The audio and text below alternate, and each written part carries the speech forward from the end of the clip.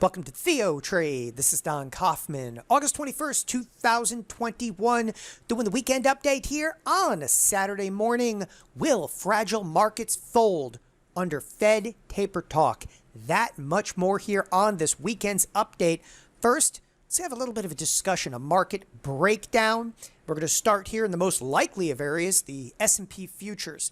One of the things, of course, we want to look at first is, we got some volatility in this past week of trade. Nevertheless, to put it into perspective, we're only a few days removed from effectively all-time high. 44.7650 was hit on Monday.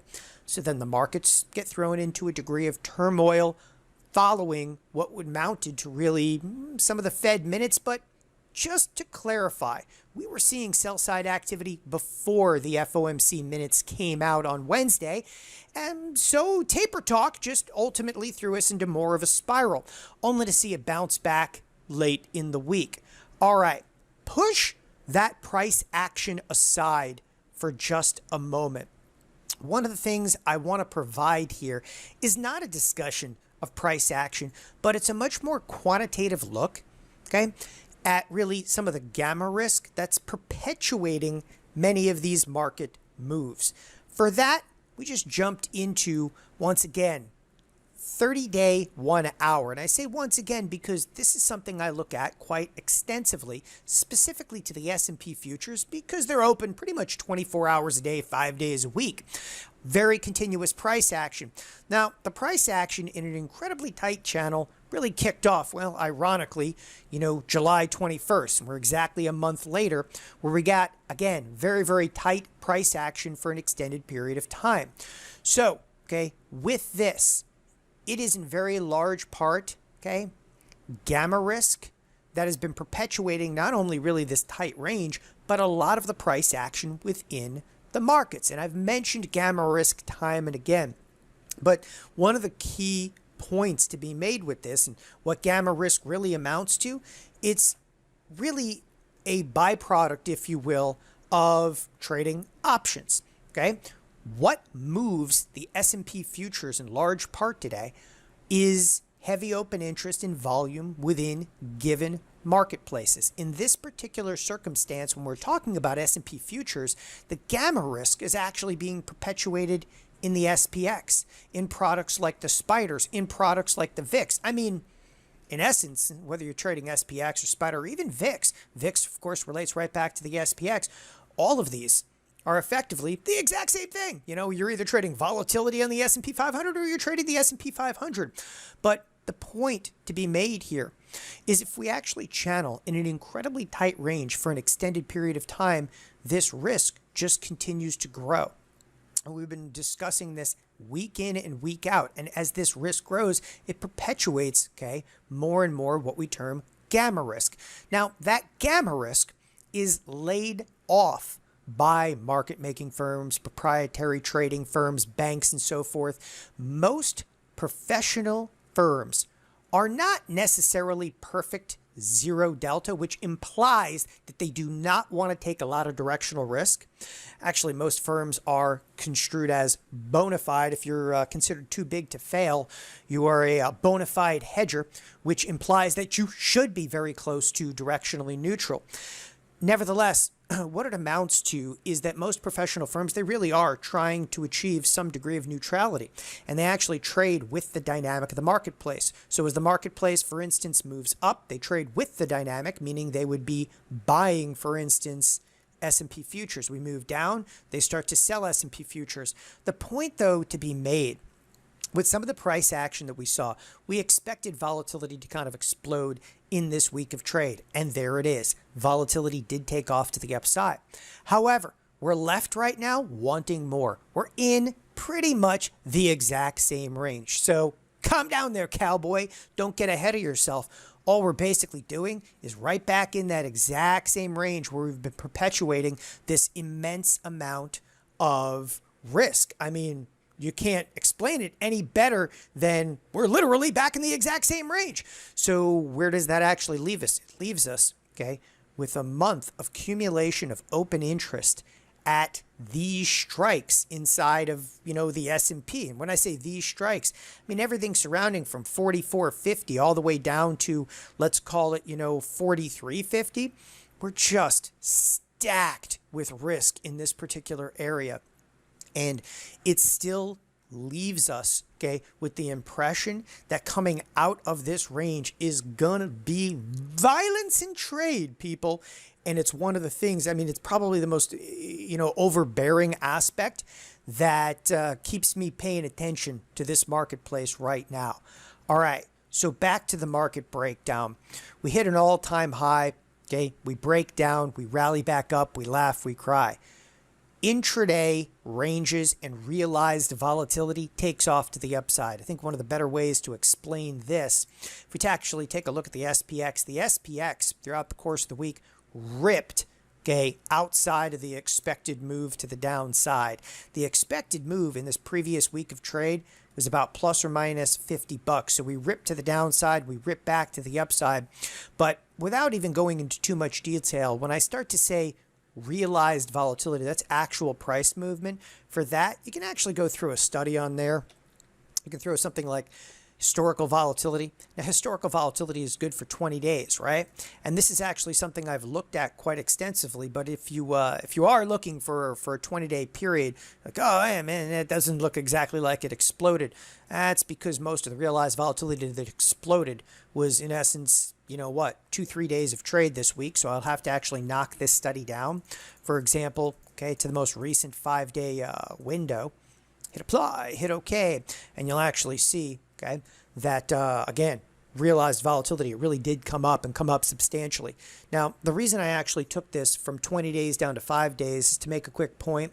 I would anticipate that actual price movement in the marketplace, and that's why I call it, historical volatility kind of gets lost in the, in that, historical world.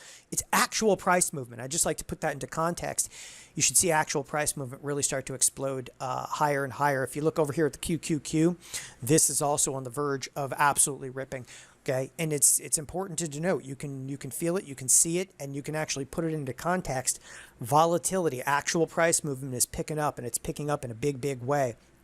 All right, with that, put that one on the back burner for right now.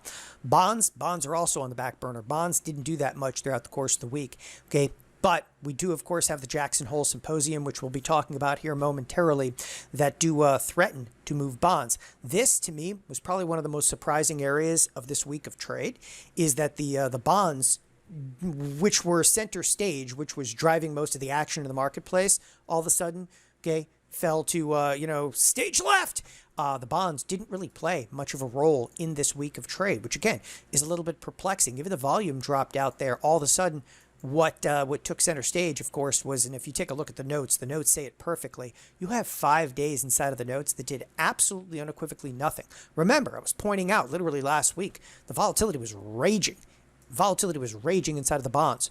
So right now, okay, you can kind of feel that everything is shifted right back to equity and index markets. And that's why I'm calling these like such fragile markets, because, people, they don't see, all right, what we're looking at, and we're going to get there right now.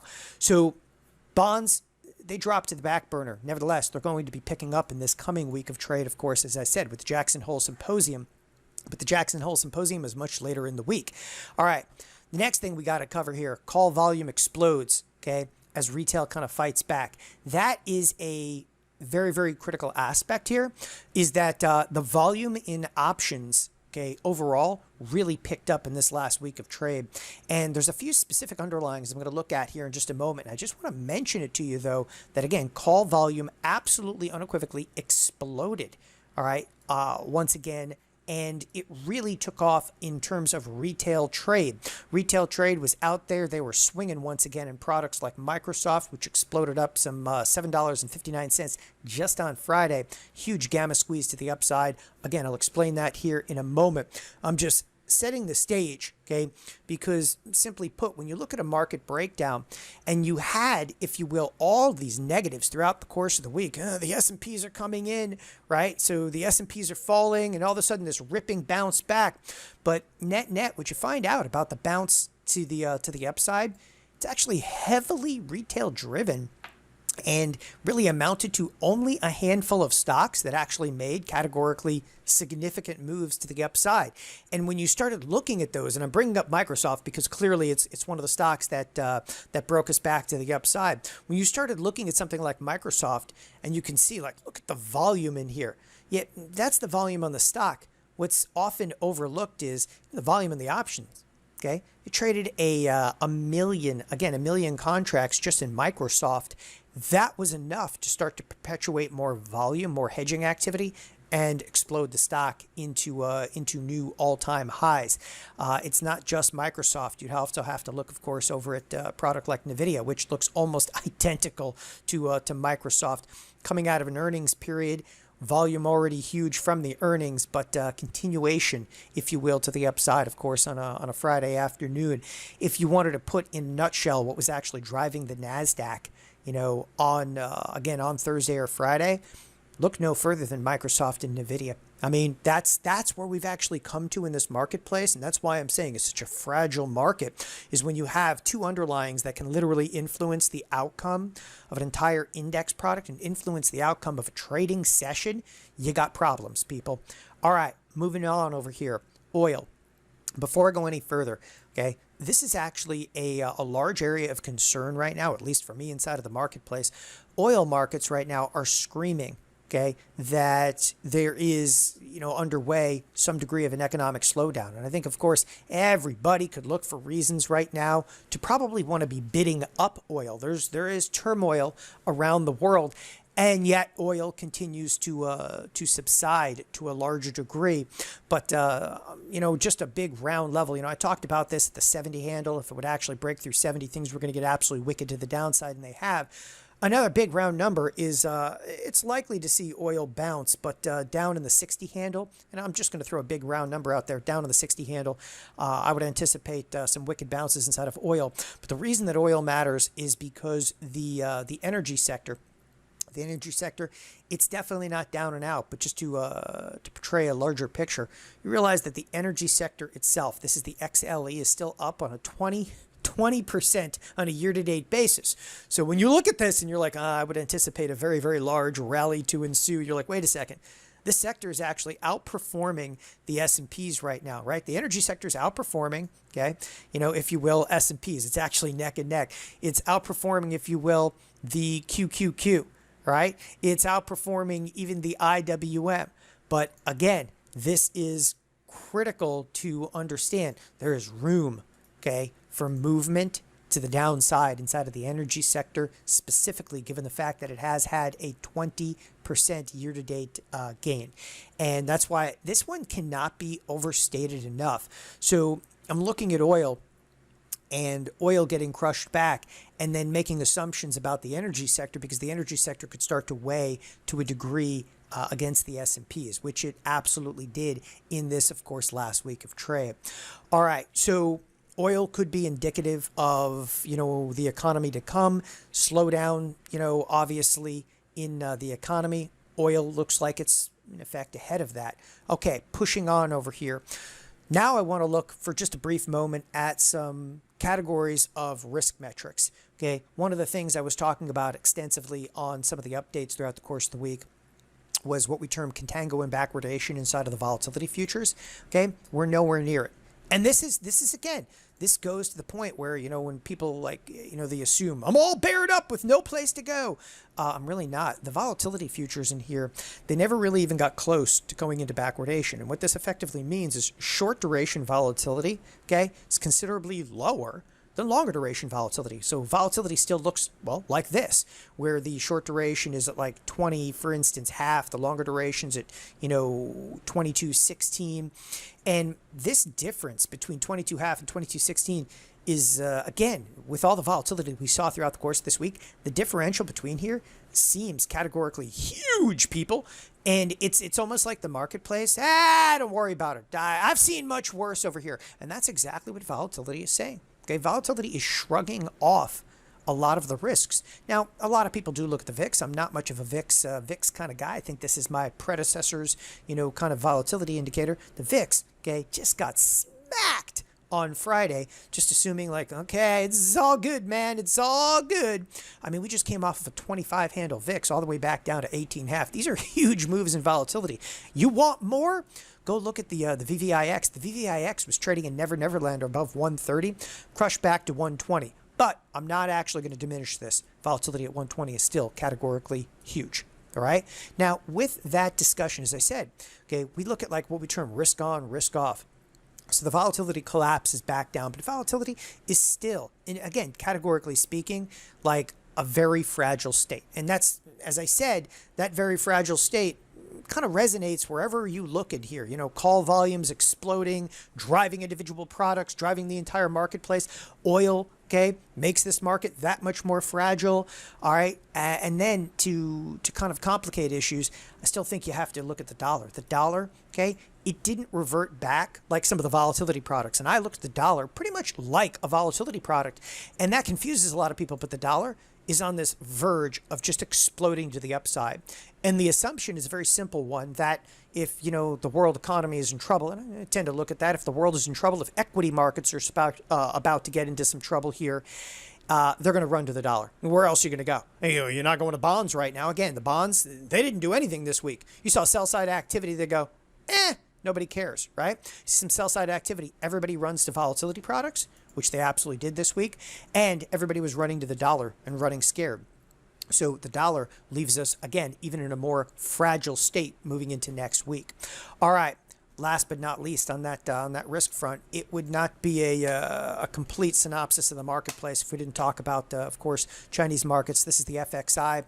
If you're not familiar with the FXI, this is the Chinese ETF for large caps. It is in full-blown bear market territory. On a year-to-date basis, it's actually down some 16%. Implied volatility is raging right now inside of the Chinese markets. And here's one where, listen, I'm not going to try to categorically tell you if this is going to bounce or not. I think there's probably still some room for improvement to the downside. Also looking at some marquee underlyings like Alibaba breaking into new high volatility territory. This is actually critical.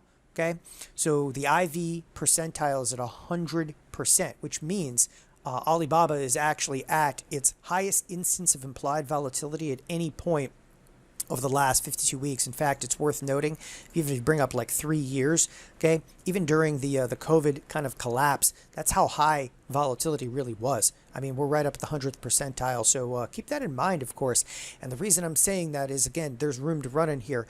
Why am I bringing this up? Specifically because you haven't seen any of the Chinese fears spill into the equity markets. Again, all I'm trying to do is paint a picture of like how fragile we really are right now. And that taper talk is just possibly pushing us over the edge. And you know as well as I do that the markets have brushed off everything that's been thrown at them. And there has been a lot thrown at markets over the last year, okay? You know, coming out of obviously the COVID crash and rallying persistently to the upside. Nevertheless, as I said, things have been thrown at the marketplace, but we have, again, just a confluence of events that are just weighing on us. Not to mention big price action. Let's start to break down individual sectors. In this case, I actually want to jump first to the financials and I want to apply auto expected moves. It is both critical, okay, and influential to the entire marketplace to know that the XLF, and we actually traded for this and made quite a bit of money on this one. The XLF, after having two, okay, absolutely stellar breakout weeks to the upside, specifically according to expected move, we actually broke back down under the expected move. That is 3 consecutive weeks inside of the XLF that were outside the expected move. Okay, this coming week, I'm going to be honest with you, I would assume that the financials are actually going to take a little bit of a back seat. If there's going to be anything that going on in the financials, it would be sell side activity, though, given that the bonds look like they're very close to breaking out to the upside. Nevertheless, I think that the financials are going to take a bit of a backstage. Now, I was mentioning the energy sector. I'm going to come back to the energy sector for just a moment, because the energy moves very much with the financials. Now, the energy sector, wicked. Okay, we're talking about 3 sigma kind of move to the downside in this week of trade. There's still room to run here to the downside. Again, don't be surprised to see some rip your face off rally, but even energy couldn't get out of its own way on Friday with the remainder of the marketplace, which is exactly my next point. Tech's just holding us together. Take a look at the NASDAQ. Okay, this is the NASDAQ over a 30-day 1 hour. 30-day 1 hour, and you start to get a feel. The NASDAQ is right, bubbling up very close to the all-time high. It is tech unequivocally that held us together, okay, and actually perpetuated the rally. But then you start looking at really specific tech stocks, and this is something that I'm telling you, do some homework over here. You can see Google, okay, got a little bit of a bid to the upside, but not really breaking out. And, all right, Facebook's got a little bit to the upside. I mean, come on, the NASDAQ actually closed up, over 1%. And Facebook's, leading. Amazon, nowhere to be found. Apple, up maybe 1%. People, when it comes down to it, you're talking about Microsoft. Okay, you're talking about NVDA. NVDA is like the sleeper stock that nobody is talking about, and they forget. Okay, they forget to look at things like market capitalization, where you have, NVIDIA now being what? A $500 billion company, right? It's in the big boy realm, and I'll tell you exactly why. Because NVIDIA carries almost double the implied volatility of most other products. NVIDIA, okay, and in this particular circumstance, Microsoft, they went after Microsoft and actually bid calls like there was no tomorrow. They were call buyers at the ask or above. It screamed. Just screamed, if you will, retail trade gone wild in here. Again, take a look at some of the price action in early trade on Microsoft. And when I say that this screamed retail trade, okay, what do I see? I'll tell you exactly what I see. I see market orders hitting the marketplace, okay, pretty much as the bell went off. We exploded to the upside and just moderated throughout the course of the day. This is just call buyers and people unloading positions throughout the course of the day. Enough said on that particular front, because that was your price action that really drove the entire marketplace. With that, gamma gone wild, I would look for more of that. But that same positive gamma, okay, positive gamma effect, I should say. It's actually negative gamma that's driving the marketplace. But this positive effect that we're seeing to the upside from gamma, okay, the same, trades that drive this to the upside, it could be trades that actually drive us to the downside. However, it appears to me that retail traders, they might not know what puts really are. And you have not seen, the opposite effect in any recent trade over here. All right, next on the docket, Fed. Loud and clear, we have taper talks. There's taper talk, there's Jackson Hole. Listen, I'm actually not going to worry that much about the Fed just yet. I put it in here. Everybody needs to know it's on the calendar, right? But the problem is the Fed, talk, it doesn't really kick off until Thursday afternoon, Friday a bit, and into Saturday. And it's not necessarily going to have this dramatic impact on markets throughout the course of the week, because for the most part, the Fed is going to be kind of gagged until later in the trading week. All right, last but definitely not least, the SPX weekly expected move. Now this is of critical importance to understand, that we're going to be entering into a substantially more volatile period of time. This past week, this past week of trade saw approximately a plus or minus $50 expected move, meaning that the option market depicted we're supposed to move up $50 or down $50. Okay, this coming week, all right, we're plus or minus what? About 67, 73. Okay, so there's an expansion, of course, of volatility, but I want to relate that for a second to the SPX weekly expected move, which was $50 and $67, respectively. There was more price action than that from low to high in the S&P futures in one trading session. Put your helmet on, people. There is a ton of risk out there. In the very near term, we do not want to be premium sellers of short-dated options. I want to reiterate this, and I want you to look with me for a second.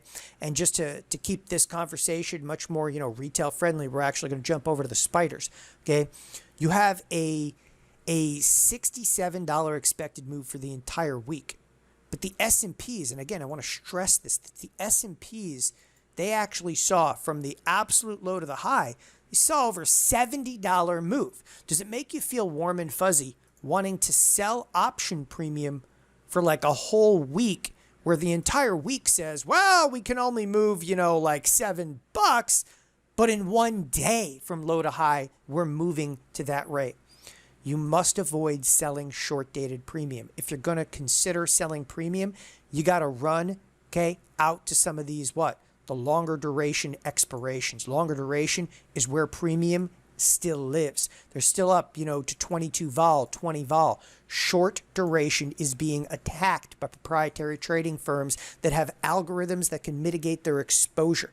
okay, you don't have an edge in the short duration premium sale. You got some edge in the back month premium sale where the skew lives. Keep this in mind. I know that's an experience level concept over here because you have to recognize all the factors have aligned to make this marketplace incredibly fragile. That does not necessarily pertain to the marketplace breaking to the downside. Okay, taper talk though pressuring the markets, it's real. Okay, taper talk is going to be imminent throughout the course of this week in the media, and that might be enough to start to cave some of that gamma risk to the downside.